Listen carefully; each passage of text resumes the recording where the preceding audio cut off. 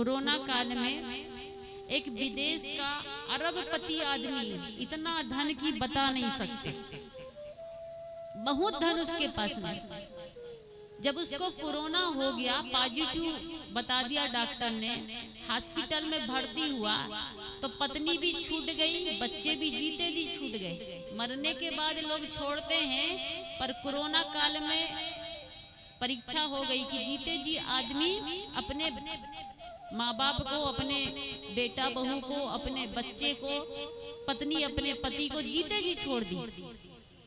अगर घर में कोई पॉजिटिव हो जाता था तो उसको दूर से खाना देते थे, अलग कमरे में रखते थे, 10 हाथ दूर से ही बात करते थे,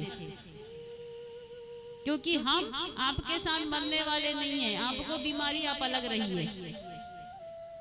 एक मास्टर साहब, रिटायर, सेवानिवृत्त मास्टर साहब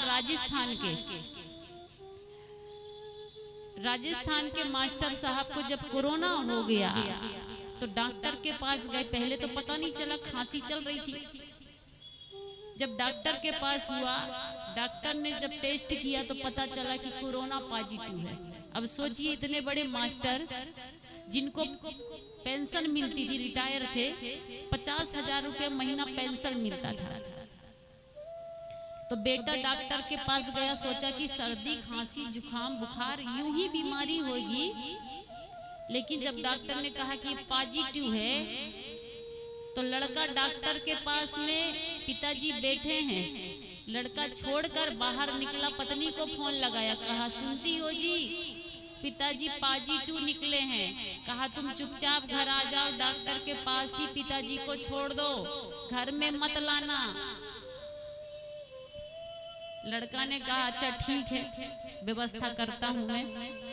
डॉक्टर के पास गया, कहा डॉक्टर साहब पिताजी को यहीं एडमिट कर लीजिए, हम घर जाते हैं।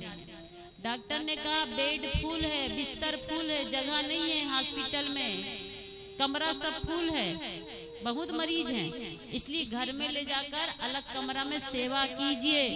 लड़का ने कहा नहीं, कोनो व्यवस्था कीजिए, पैसा ले लीजिए, एडवांस में 10,000 ले लीजिए, पर इनको भर्ती कर लीजिए, घर नहीं ले जा सकते। पत्नी का कहना है कि पिताजी को घर मत लाइएगा। डॉक्टर साहब ने कहा अच्छा एक काम कीजिए, 2 दिन के लिए कम से कम ले जा लीजिए, 2 दिन बाद कोई मरीज मरेगा तो बिस्तर खाली होगा तो भर्ती कर देंगे। देखिए, एक छोटा सा रोग लगने पर यही लोगों की परीक्षा हो गई कि संत कहते हैं ना तेरा ना मेरा। लड़का ने कहा ठीक है, थोड़ा पत्नी से पूछ लेता हूँ, आजकल हर काम पत्नी से पूछ के होता है। तुरंत फोन लगाए, अपनी मर्जी से अपने बाप को बेटा घर नहीं ले जा सकता, पत्नी से पूछकर। सोच सकते, जिस माँ बाप ने बेटा को जन्म दिया, माँ बाप बच्चे को जन्म देने में, लालन पालन करने में अपनी सुंदरता खो देती हैं। महिलाएं अपनी सुंदरता को खोकर ही बेटा को सुंदर बनाती हैं, और बेटा बड़ा होकर, जवान होकर जब शादी हो जाती है तो पत्नी की सुंदरता में माँ बाप को खो देता है। पत्नी सुंदर लगती, फिर माँ बाप का चेहरा सुंदर नहीं लगता, होता है ना। लड़का बाहर फिर निकला और कहा कि हेलो, डॉक्टर साहब कह रहे सिर्फ 2 दिन रख लीजिए, 2 दिन बाद बिस्तर खाली होगा, कोई मरीज मरेगा या ठीक हो जाएगा तो खाली हो जाएगा तो फिर एडमिट कर लेंगे। कहा नहीं नहीं नहीं, यहाँ बच्चे हैं, सब लोग हैं, कहीं बच्चे जाके छू दिए तो, पोता है पोती है घर में, दूर ही रखिए। फिर अंदर आए, कहा डॉक्टर साहब कहीं देखिए ना, हाल में या कहीं व्यवस्था होगी। कहा कहीं व्यवस्था नहीं है, आप ले जाइए, 2 दिन बाद एम्बुलेंस आएगा, डॉक्टर मास्टर साहब को भर्ती कर लेंगे, सिर्फ 2 दिन रख लीजिए। कहा चलिए पिताजी। अब मजबूरी में ले जा रहा बेटा। देखिए, अगर बेटा को बीमारी हो जाए तो माँ कभी बेटा को छोड़ेगी नहीं, माँ का स्वभाव यह होता है। अगर बच्चे को कोई बीमारी हो जाए तो माँ नहीं छोड़ सकती, पर माँ बाप को कोई बीमारी हो जाए तो बेटे को छोड़ने में, बहू को छोड़ने में टाइम नहीं लगता, कितना नाजुक रिश्ता है, कितना कच्चा रिश्ता है। माँ के साथ बेटा का मजबूत रिश्ता है, पर बेटा के साथ माँ का कच्चा रिश्ता है, बहुत कच्चा, छोड़ने में टाइम नहीं लगेगा। बेटा ने जैसे ही पिताजी को लाया घर में, देखिए पत्नी दूर खड़ी है, बहू दूर खड़ी, पोता भी दूर खड़ा है। पोता दौड़ के दादाजी के पास जाना चाहते कि दादाजी आ गए, दादाजी आ गए। बहू जोर से जाके डांटती है कि चुप यहीं खड़े रहो, कोई दादाजी को छुएगा नहीं, कोई पास में नहीं जाएगा। पति से कहा कि दरवाजे में जो बंगला है उसी बंगला में आसन दे दीजिए, घर में मत लाइए। बंगला में ही, वो कच्ची झोपड़ी में, टाट की फूस की झोपड़ी में, उसी बंगला में रहेंगे, वही हम खाना भोजन पहुंचा देंगे, यहाँ मत लाइए अंदर कमरा में। यहाँ बच्चे हैं, हम हैं, सब हैं, कहीं बीमारी लग गई तो। लड़का ने कहा पिताजी आप यहीं रहिए, आप कोरोना पॉजिटिव है। कहा कोई बात नहीं बेटा, भूख लगी है, बहुत जोर से प्यास लगी है, बहू से पानी मंगवा दो। कहा अच्छा ठीक है। बेटा दूर से ही पिताजी को छोड़कर चला गया। बंगला में एक चौकी पड़ी थी, एक चटाई खाली थी, गद्दा नहीं, बिस्तर नहीं, कंबल नहीं। अब पिताजी देख रहे हैं कि पानी कब आएगा, पर पानी ले जाकर दे कौन। सब डर रहा था कि हम जाएंगे तो कहीं हमको कोरोना ना हो जाए। बड़ा भय, बड़ा डर मरने से कि कम से कम ये बीमारी हमको, कहीं ये बीमारी हमको छू ना जाए। पत्नी ने कहा सास से, कहा माँ जी जाइए ससुर को पानी देकर आ जाइए। बूढ़ी सास डरती डरती गई और दरवाजे के बाहर, बंगले के दरवाजे के बाहर ही पानी रख दी और दूर जाके खड़ी हो गई। कहा सुनते हो जी, पानी रखा, उठा लीजिएगा। पानी रखा हुआ है, उठा लीजिए। पति गया, पानी उठा के पिया। याद करने लगा वो दिन कि जब मेरी शादी हुई थी, यही पत्नी सुंदर अपने हाथों से बनाकर खिलाती थी, इतना प्यार करती थी। आज एक बीमारी हो जाने पर 10 कदम दूर पानी रख दी और बोलती उठा लीजिए। इतने हम ज्यादा दरिद्र हो गए आज, सबके रहते हुए भी हम आज गरीब हो गए। इसके बाद भोजन का समय हुआ तो मास्टर साहब को भूख लग रही थी। अब मास्टर साहब इंतजार कर रहे हैं कि कब भोजन आए, कब भोजन आए। भोजन बन गया, बेटा बहू सब खा लिए। सब खाने के बाद में थाली में भोजन रखा है, पर देने कौन कमरे में जाए, ये टेंशन कि पिताजी को भोजन देने कौन जाएगा। सबको डर, सबको भय। डरते डरते थाली लेके बेटा भोजन की गया। कमरा के बाहर आवाज दिया पिताजी। कहा वहीं खड़े रहिए, अंदर, बाहर मत आइए। थाली रख दिया। कहा थाली रखकर हम जब चले जाएंगे घर में तब थाली उठाइएगा। पिताजी को लगे जैसे हम कोई शूद्र हो गए हैं, कितना बड़ा अपराध कर लिए हैं, ये बीमारी हो गई है। आज मेरे बेटा बहू पत्नी सबकी परीक्षा अच्छी हो रही है, कितना दूर में रख के थाली सब चले जा रहे, कोई मेरे पास नहीं आ रहा है। पूरा दिन बीत गया पर मास्टर साहब के पास कोई पूछने बैठने नहीं आता, जबकि मास्टर साहब सबके बीच बैठने उठने वाले, बात करने वाले। पर एक कुत्ता था जो पालतू कुत्ता था, घर का पाला हुआ कुत्ता था। वो कुत्ता मास्टर साहब जी के साथ में ही रहता था, वो नहीं छोड़ता था। 24 घंटा वो साथ में।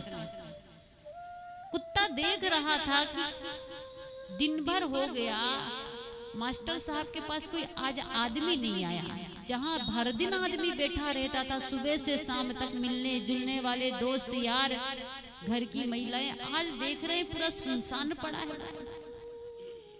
गांव की एक बूढ़ी चाची को जब पता चला कि मास्टर साहब को कोरोना हो गया है, तो आई, दूर से ही आवाज लगाई, कहा मास्टर साहब कैसे हो। कहा चाची क्या करें, कोरोना हो गया है, कोई आता नहीं, कोई पूछता नहीं, कोई पानी नहीं देता, भोजन दूर से मिल जाता है, बेटा दूर से थाली खिसका कर चला जाता है। दूसरा दिन जब हुआ, चाय की बारी हुई तो 10 बज गया, कोई चाय देने नहीं आया। मास्टर साहब के आंखों से आंसू आने लगे कि सब चाय पी रहे हैं, एक समय थे तो 10 बजे तक हमारी 3 चाय हो जाती थी, और आज हमको कोरोना पॉजिटिव हो गया तो एक भी चाय हमारे पास में नहीं आई। बड़ा दुख हुआ। 10 बज गया पर कोई चाय देने नहीं आया। तब बूढ़ी चाची जो आई उसने कहा कि चाय आया मास्टर साहब? कहा नहीं चाची, चाय कोई आज लाया नहीं। तब बगल वाले घर से चाची चाय लाके दी, कहा चाय पी लीजिए।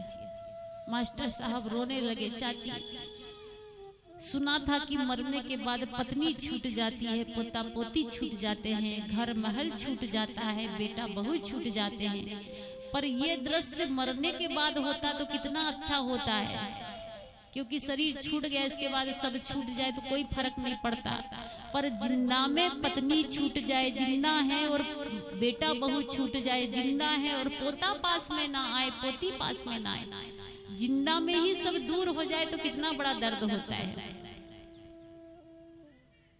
बहुत दुख हो रहा है। आज दूसरा दिन है, आज एम्बुलेंस आएगा, पर कितने बजे आएगा पता नहीं।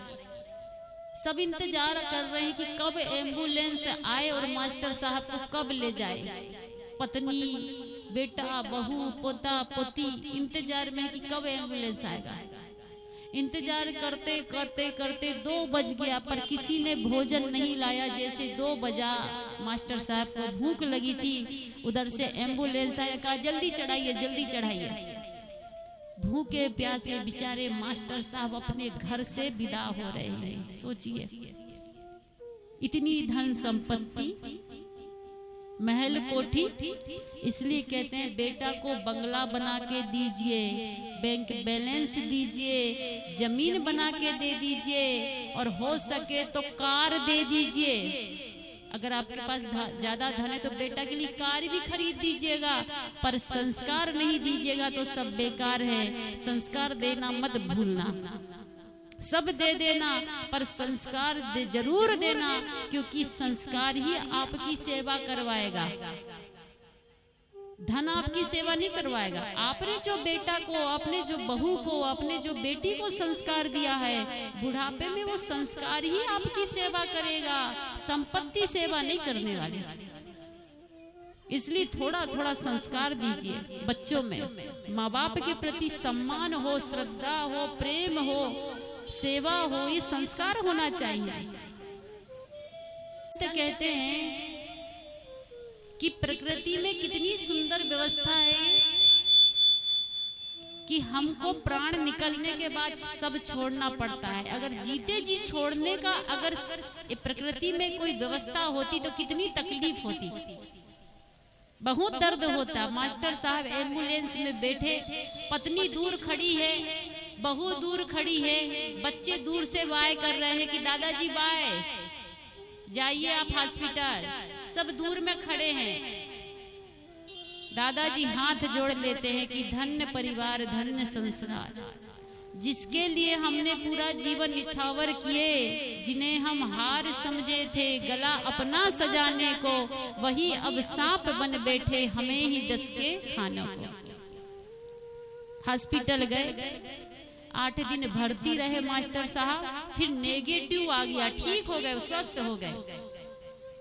डॉक्टर साहब ने कहा कि मास्टर साहब अब आप अपने घर जा सकते हैं, आप बिल्कुल पॉजिटिव से नेगेटिव हो गए, ठीक हो गए, बिल्कुल स्वस्थ हो गए।